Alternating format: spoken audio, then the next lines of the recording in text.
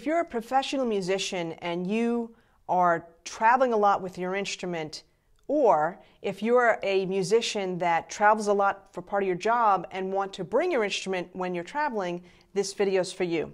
Hi, I'm Donna Schwartz from DonnaSchwartzMusic.com, the site for practical tips and solutions to improve your music performance skills. In the first part of this series on flying or traveling with your instrument, I want to talk about one phase of that, which is being prepared. All right. In the next part, I'll be talking about specific airlines and what to expect. So what does being prepared mean? Well, you want to think about your traveling situation way before you step out of the house with your instrument in its case. All right. One of the first things you want to do with your research is look up the airlines that you want to fly and do a search, do a Google search on that airline's contract of carriage. Do a quick search on musical instruments. You're going to see what they allow with regard to carry-ons or with regard to gate checking your instrument. If you don't do that research to start with and just go to the airport and expect them to allow your instrument on, you're going to have a really bad experience. You see, you don't want to assume that you'll be allowed to bring your instrument on, okay? It will depend upon the agents at the gate for that day. So you want to do your research. And again, do Google search on the contract of carriage for the particular airline, and also look up their policy on musical instruments. The next thing that I would do, honestly, is I'd give them a phone call. I would call up the airline, explain your situation, and if you can, do a couple of things. Number one, document the day and the time that you called, who you spoke to, and if you can, try to speak to a supervisor. And again, document their first and last name so that you have some proof, some documentation.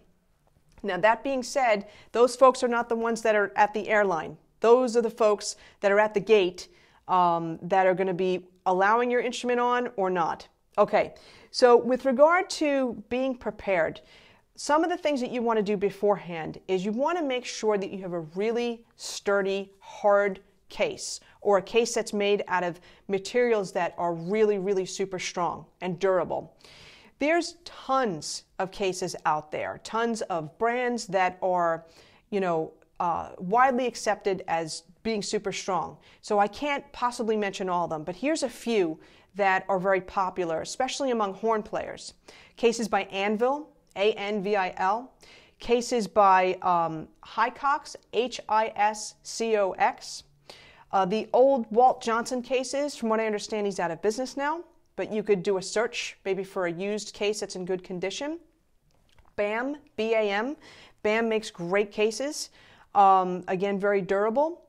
And if you can't afford those cases because they are expensive, another alternative is ProTech. And ProTech cases are really sturdy, really durable, and they're a little bit better for your wallet. They're also a little bit more portable. Now, the thing to keep in mind with a lot of these cases that I mentioned, particularly the Anvil case, that's not a case that's going to be brought into the cabin on the airplane. That's going to be stored as cargo or gate checked. Those cases are really super strong, but they're also heavy. All right, so you've got to keep that in mind. The Hiscox cases, those are incredibly durable. They're also a little heavy too, and it's going to be questionable as to whether or not they can fit in the overheads. If you have something like an alto sax, a trumpet, maybe a single trumpet, sometimes a double trumpet cases, I know the one by ProTech can probably fit in the overhead, but when you're dealing with something like a tenor sax, it's iffy. It's very iffy. So first thing, get a good case, a good solid case. Now, the case, you have to keep something in mind. You could have a really great durable case, but if there's space in that case for your instrument to move around, whether it's up and down or sideways, it's not protecting your instrument. So you have to take the precaution of a couple of things. If it's a woodwind instrument, you should always use key clamps. Okay, no questions asked. Always use key clamps. In fact, you should make sure that you have a set of key clamps for each woodwind instrument that you own, and make sure that they're fitted for your instrument, meaning that they're modified or bent so that when you put them on, the keys are closed. All right, there's no point in having key clamps where some of the keys are closed. There's no point in having that. So key clamps, without a doubt. You want to make sure, any instrument, that there's no gaps or space. So using something like bubble wrap, and I'd recommend like some of the thinner bubble wrap so that you can really, you have a little bit more flexibility in there. That would be a good idea as well. My friend Steve Goodson mentioned strobophane. That's a particular material that you can get from musicmedic.com as well.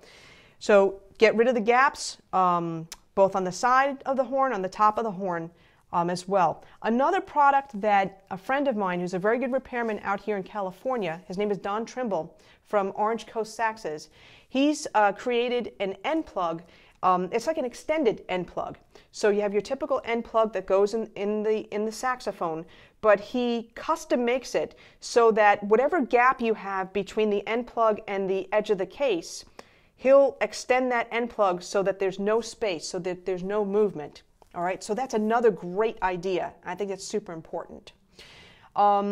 If you've got a case that allows for space for accessories, don't let them run loose and wild and all that kind of stuff, because what will happen is they'll ding your horn. They could get lodged in a key or stuck in the bell or something like that. You're better off putting them in either one big Ziploc bag or separate Ziploc bags.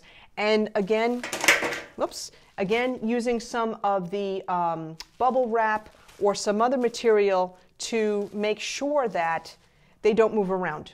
All right. For brass players, make sure you put your mouthpiece in the mouthpiece holder in there. I know I like to store my mouthpiece in its own pouch, but when traveling, definitely put it so that's secure in that spot. Put the mouthpiece patch wrapped up with the other accessories and just keep everything stable. For brass players, we tend to use valve oil, right? We have to use valve oil. I would not put this in my case because I could just see them taking the valve oil out and throwing it out because the liquid requirements. Yeah, this would fit, this fits their requirements, but I'm not going to take the chance. This awesome Binoc Pro is not the easiest to get, and I don't want to lose it. So what I tend to do with my valve oil, I really close this tight. I put tape all around so it won't leak. I put it in a Ziploc bag. I get the air out of that, secure it, and then I actually put it in my checked baggage. So this way, number one, it won't leak, but number two, there won't be any issues. So that's just another thought as well with that. Okay, now you got your case, everything's secure in there, your accessories, all that kind of stuff. You got your key clamps on if you're a woodwind player. What I would do also is I would take documentation. I'd protect myself. I'd take pictures. I'd take pictures of my instrument in its case wrapped. I also would have taken the pictures of the instrument before I wrapped it up, all angles to show that it's actually working and the condition that it's in. Day and time stamp those pictures, okay? It's documentation, super important. You always want to be prepared, okay? Never assume. The other thing that I would do with my case is I would put a luggage tag on it with my name, address, cell phone number. I would also put my business card with my name, address, cell phone number, and my repair person's card in the case. The other thing that I would do too is I would make sure I had, just in case, I'd have some stickers that say fragile and have a bunch of them. If for some reason they won't allow my case, my instrument, as a carry-on and I have to gate check it, I want to mark that case as fragile. Whether they respond to that, the agents respond to that or not, I don't know. But at least if it's marked as fragile, again, it's proof. And in fact, you know what I would say? Take a picture, with your case being marked as fragile as well before they take it away to be gate checked. Okay, so it's just another point there as well. The other thing I did want to mention too before I forget, with accessories. For woodwind players, we use reeds, except if you're a flute player. You don't want to have loose reeds, okay, running around your case. And for those of us like me who, when we use cane reeds, we store them wet, your best alternative, to be honest with you, is to use something like Rejuvenate. Because in here, normally when I use my reeds in here, I have about maybe that much liquid. But when I travel, I have no liquid. And I can get away with doing that because there's a sponge on the inside that I soak with original Listerine, not the colored stuff. And in soaking that sponge for like 10 minutes and then pouring out the liquid, I'm good to go for a week. I've got the right humidity levels in here and it works really well. Another alternative, if you don't store your reeds wet, is to use a case like this by Rico, where you can store like 8 reeds in here and store a humidity pack. All right, just keep in mind the humidity pack does not last forever. When it's hard and you don't feel the liquid in here, time to replace it and throw that humidity pack away and get a new one. Okay, so we talked about being prepared, taking pictures of your instruments, how to store your instrument, the cases, all that kind of stuff. The other alternatives that there are out there, and they're not exactly the best, but some folks actually ship their instrument. They ship it via FedEx or the Postal Service, the United States Postal Service. Now, a couple things to keep in mind. You can pack it yourself, which is probably recommended, or you could let them pack it for you. But just because you're shipping it and buying insurance still doesn't mean that things may not happen, okay? Don Trimble had told me the story where someone had packed their instrument in a FedEx box, it got caught in the conveyor belt, and one of the equipment got pierced the box and actually pierced the saxophone. It just went right through it. You can't control for that kind of stuff, even if it's marked fragile. So just always be prepared, all right? If you're storing it or shipping it by FedEx or U.S. Postal Service, really pack it securely the way I was talking about before. Use a hard case and really make sure that in that box that there's no movement of your instrument in the box itself. And again, even though you're buying insurance, don't assume, never assume that your package will be treated as if it's fragile. Definitely mark that box as fragile, but you can't assume, okay? When I played some dates with Vicky Martinez, season 1 finalist from The Voice, she was on her Drum in a Box tour.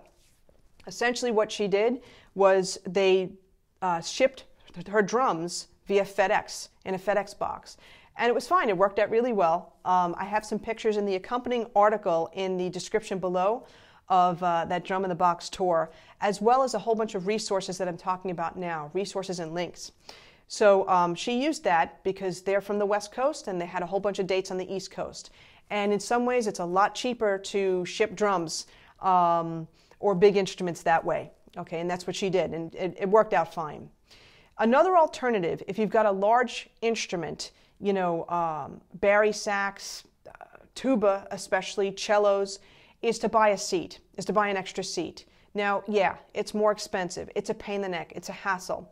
But sometimes it has to be done if you really want to ensure that your instrument's going to be taken care of properly.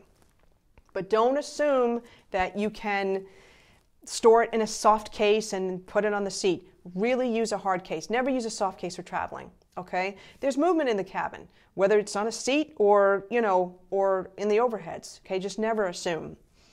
The other alternative, and this one, it's not used much, and unfortunately it's not an alternative for horn players really. There are companies, very few, but there are companies in some of the major cities where if you make arrangements with them, you can, when you're flying, when you come in, they'll have an instrument or a back line ready for you to perform, ready for you to go. Now, as I mentioned back line, we're talking guitars, basses, amps, keys, drums. Those instruments have the luck and the fortune of taking advantage of that kind of thing.